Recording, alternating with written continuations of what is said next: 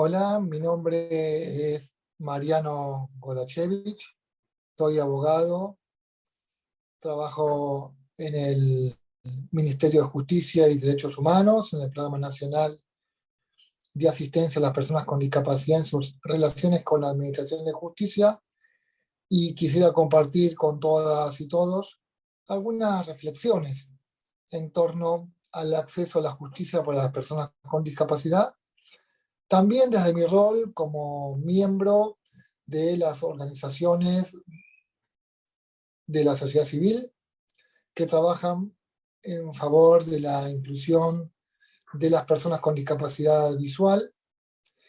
y como miembro de un comité internacional, el Comité para la Eliminación de todas las formas de discriminación contra las personas con discapacidad, el CEIS, de la Organización de Estados Americanos, al que pertenezco desde 2014 en representación del Estado argentino. ¿Por qué hablo de estas tres perspectivas? Bueno, porque si bien puede haber en términos descriptivos muchas coincidencias en cómo se visualiza el acceso a la justicia, es diferente la responsabilidad de los actores en función de qué tienen que hacer para posibilitar mejorar de manera efectiva, igualitaria e inclusiva el acceso a la justicia para las personas con discapacidad. Este derecho, que podría decir que es el derecho a tener derechos, como diría Hannah Arendt, es el que permite que cuando se da una desigualdad, cuando se produce una vulneración de derechos, se pueda acudir, se suele decir, a un tribunal, a un juzgado, para intentar reparar esa situación y que se dé cumplimiento a la pretensión de quien se trate en términos del derecho que presume tener. Pero el acceso a la justicia no es solamente el acceso a la jurisdicción o a un tribunal, a un juzgado. El acceso a la justicia implica, primero, tener la información para acceder a la justicia. Y eso parece que es una verdad de perogrullo, pero no todas las personas con discapacidad tenemos la información en relación a nuestros derechos. Muchas veces pensamos que tenemos un derecho específico por tener discapacidad. A veces se da, por ejemplo, en relación a un desalojo, a una situación donde uno piensa que por tener discapacidad, supongamos, la ley le da unas garantías en relación al derecho a la vivienda que no son tales, digo, mejores que los demás. O, por ejemplo, en relación a otras cuestiones vinculadas con otros derechos económicos, sociales y culturales, por ejemplo, el ingreso a espectáculos sin pagar, por ejemplo, con una tarifa diferenciada. Esto podría ser real en la medida en que así se estableciera por el municipio, o si se trata de un productor privado, de que haya dispuesto que justamente se da esta exención a personas con discapacidad. Pero las más de las veces no se trata de suponer que uno tiene un derecho que en realidad dependerá mucho de las situaciones y circunstancias, sino que muchas de las veces, como decía, lo que uno no sabe es que tiene determinados derechos. Y en particular eso se da mucho más fuerte en relación a determinadas poblaciones. Por ejemplo, la población con discapacidad intelectual carece de la información apropiada, muchas ocasiones porque no se aborda en las organizaciones escolares o en los centros a los que acuden. Entonces la persona, digamos, no tiene toda la información vinculada con sus derechos. Otras veces es porque las familias, en un sentido muy protectorio, no educan adecuadamente a las personas con discapacidad intelectual en relación a cuáles son sus derechos. Otra población, otro grupo colectivo que tiene afectada, digamos, la información en relación a sus derechos son las personas con discapacidades sensoriales. Tanto las personas sordas, por el escaso material e información que hay en lengua de señas, o bien las personas ciegas porque carecen de información en braille, no tenemos entonces la información adecuada para saber, digamos, cuáles son nuestros derechos, cómo ejercerlos, etc. Y en particular, las personas sordas o las personas sordociegas también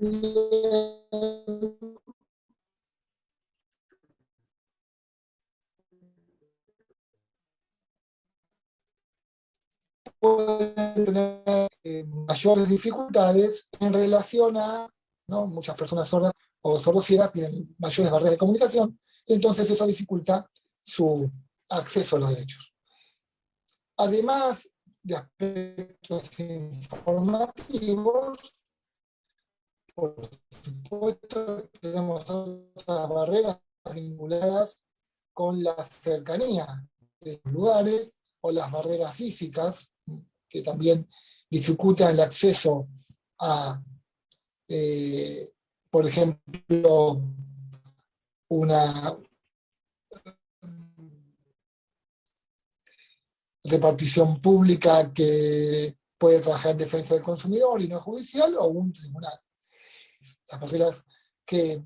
afectan a quienes tenemos discapacidad, tipo negativo en relación a la discapacidad, hace que estos grupos de quienes tenemos discapacidad tengamos situaciones que en la interacción cotidiana dificultan o ponen barreras en el acceso a la justicia. Por ejemplo, cuando las personas con discapacidad se las infantiliza, se las trata como niños, o se asume que determinadas cuestiones no las pueden hacer por motivos de discapacidad, ¿verdad? Son barreras socioculturales muy relevantes. Por supuesto que, aunque en menor grado, se está dando ahora, también las barreras legales vinculadas con el acceso a la justicia, que son aquellas que asumen que quienes tenemos discapacidad no estamos habilitados, por ejemplo, para reclamar determinadas cuestiones. Esto pasa básicamente muy fuertemente con las personas con discapacidad intelectual o con discapacidad psicosocial, a quienes las barreras vinculadas con las antiguas curatelas o la perspectiva de los apoyos puede generar que no se les permita acceder a la justicia en términos de igualdad. Entonces, por ejemplo, si quieren hacer un procedimiento de anticoncepción quirúrgica, una mujer con discapacidad intelectual o con discapacidad psicosocial, se le ponen más trabas, digamos, porque a lo mejor se asume que no entiende, o si una persona quiere hacer una denuncia por violencia familiar en relación a una situación determinada, también, digamos, se le dice que venga con una persona, que esta persona no va a poder hacerlo sola, etc., ¿no? Entonces, estas barreras que decíamos antes, las legales ahora, actitudinales, comunicacionales y físicas, también hay que analizarlas de manera interseccional. Es decir, no es lo mismo cómo afectan estas situaciones a una persona con discapacidad que vive en una ciudad, que ha tenido acceso a determinados niveles de educación, de rehabilitación, de interacción social y de vida independiente, de cómo puede afectar esta circunstancia a una mujer o a un niño o a una persona mayor, y también, por supuesto, en función de la modalidad o deficiencia que tenga, las barreras también entonces van a tener diferente impacto. Es la misma circunstancia, nada más que impacta distinto porque esa persona está sometida a unos niveles de opresión, de desigualdad, digamos, que hacen que en la misma circunstancia se vea en mayores dificultades de acceder a la justicia. Este derecho de acceso a la justicia no siempre estuvo planteado con discapacidad o discapacidad, sino que los derechos de las personas con discapacidad. Antes de esa normativa, todas las anteriores convenciones, tratados internacionales, más bien referían al acceso a la justicia desde el punto de vista del acceso a la defensa penal, a las garantías del debido proceso, a ser oído, a que uno sea juzgado por un tribunal imparcial e independiente, a que existan recursos y tutelas efectivas de acceso a la justicia. Pero plantearlo como un derecho independiente que no solo refiere a estas cuestiones, sino que obliga por motivo de discapacidad a generar adecuaciones de procedimiento y, en su caso, ajustes razonables, es hasta la Convención de los Derechos de las Personas con Discapacidad que se plantea en el artículo 13, que establece esta perspectiva interseccional del acceso a la justicia, pero además que para que ese acceso se efectivice en términos de igualdad en todas las una de, o como o sea, como una cuestión previa de acceso a la justicia, la accesibilidad. Entonces, que en el tribunal haya esté adaptado, o que existan cartelerías, o que existan intérpretes, eso podríamos decir que son cuestiones de accesibilidad. Pero cuando en alguna circunstancia, además de esas cuestiones de accesibilidad, se requieren modificaciones del procedimiento judicial, esas son imperativos que marca la Convención de los Derechos de las Personas con Discapacidad. Por ejemplo, se da para que la notificación de una persona con discapacidad tenga determinados aspectos, por ejemplo, esté redactada en un lenguaje sencillo, en algún párrafo para que se comprenda, o que en la audiencia se permite la participación de la persona con discapacidad y un apoyo, o que las pericias a las que se somete a una persona con discapacidad, víctima o actor de un proceso, técnicas que consideren los aspectos de comunicación de esa persona.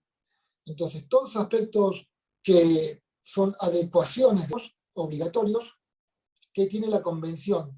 de los Derechos de las Personas con Discapacidad. E insisto que esto se aplica en todas las etapas de un proceso judicial o administrativo, sea cual fuere, porque es una garantía de tutela efectiva de los derechos. En cuanto al tribunal imparcial e independiente, estimo que es importante considerar que los jueces deben intentar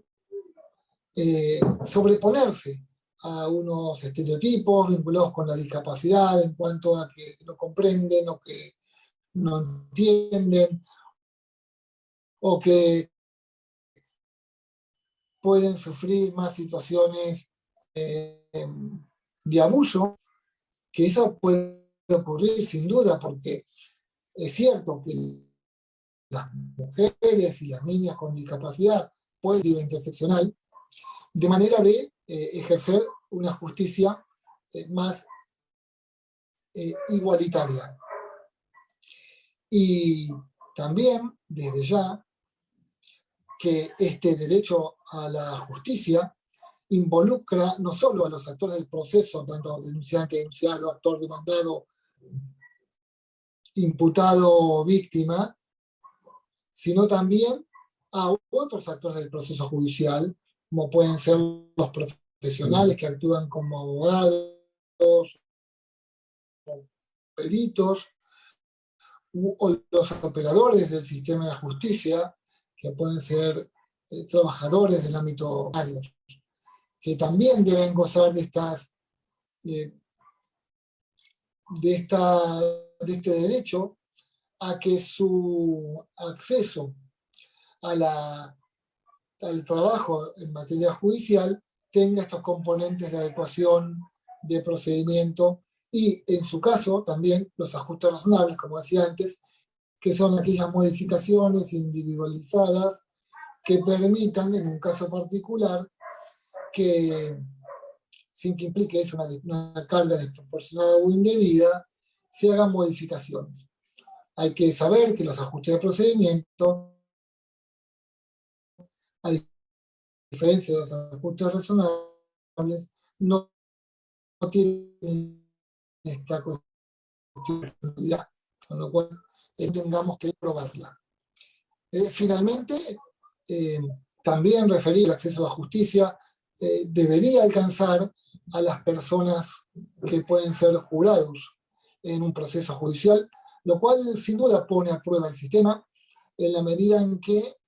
si un jurado con discapacidad es electo como tal,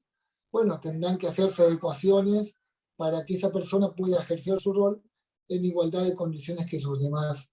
colegas del jurado. Pero dejar afuera a un jurado por motivo de discapacidad sería discriminatorio y además dejaría afuera la percepción, la opinión de un grupo, de un colectivo, que no es nada más ni nada menos que un colectivo que representa al 15% de la población. Ninguno de nosotros podría decir a priori que hay que establecer una norma por la cual no puede ser jurado un 15% de la población. Con lo cual, por ejemplo, si fueran personas de una etnia determinada o si fueran residentes de un lugar determinado, no se nos ocurriría decir que para evitar alguna cuestión vinculada con la remoción de barreras, no vamos a elegir al 15% de las personas que viven en tal lado o que tienen determinada participación étnica o que nacieron en determinado lugar. Y sin embargo, la ley cuando dice que para ser jurado hay que tener una actitud psicofísica adecuada, está escondiendo a veces, o puede hacerlo, una cuestión de capacidad. Por supuesto que podemos enfocar cómo se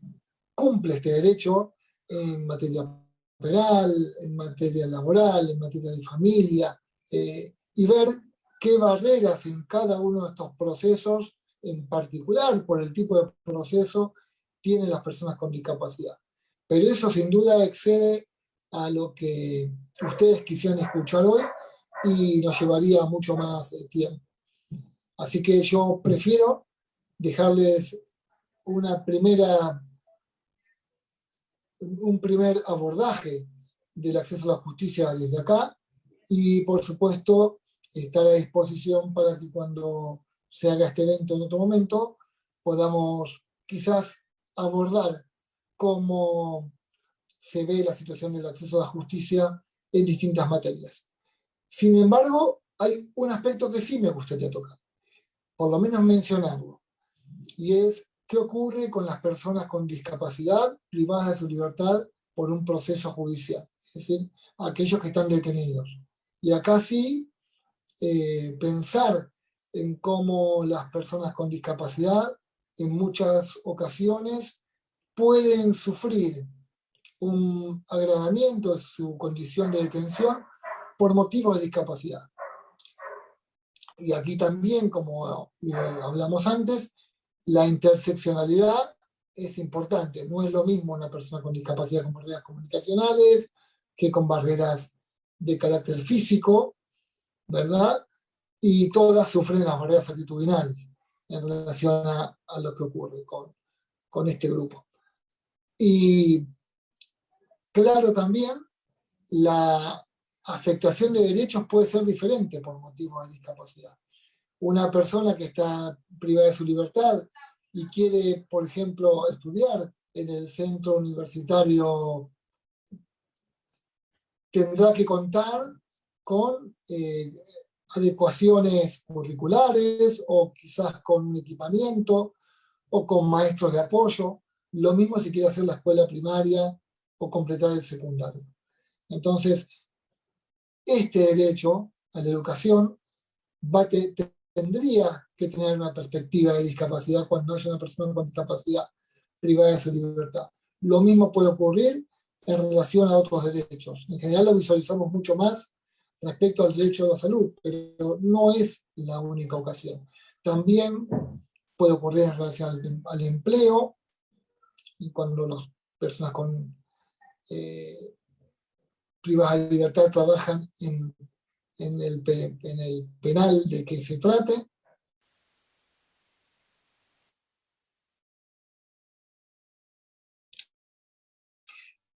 Puede ocurrir con a su desplazamiento, a su movilidad, etc. Entonces es importante que la situación de privación de libertad sea visibilizado y también comencemos a pensar qué ajustes razonables tenemos que implementar. Porque en la medida en que no visibilizamos las poblaciones, no trabajamos en el ejercicio de sus derechos. Y en la medida en que no trabajamos en el ejercicio de sus derechos, pueden acceder menos a la justicia. Muchas gracias.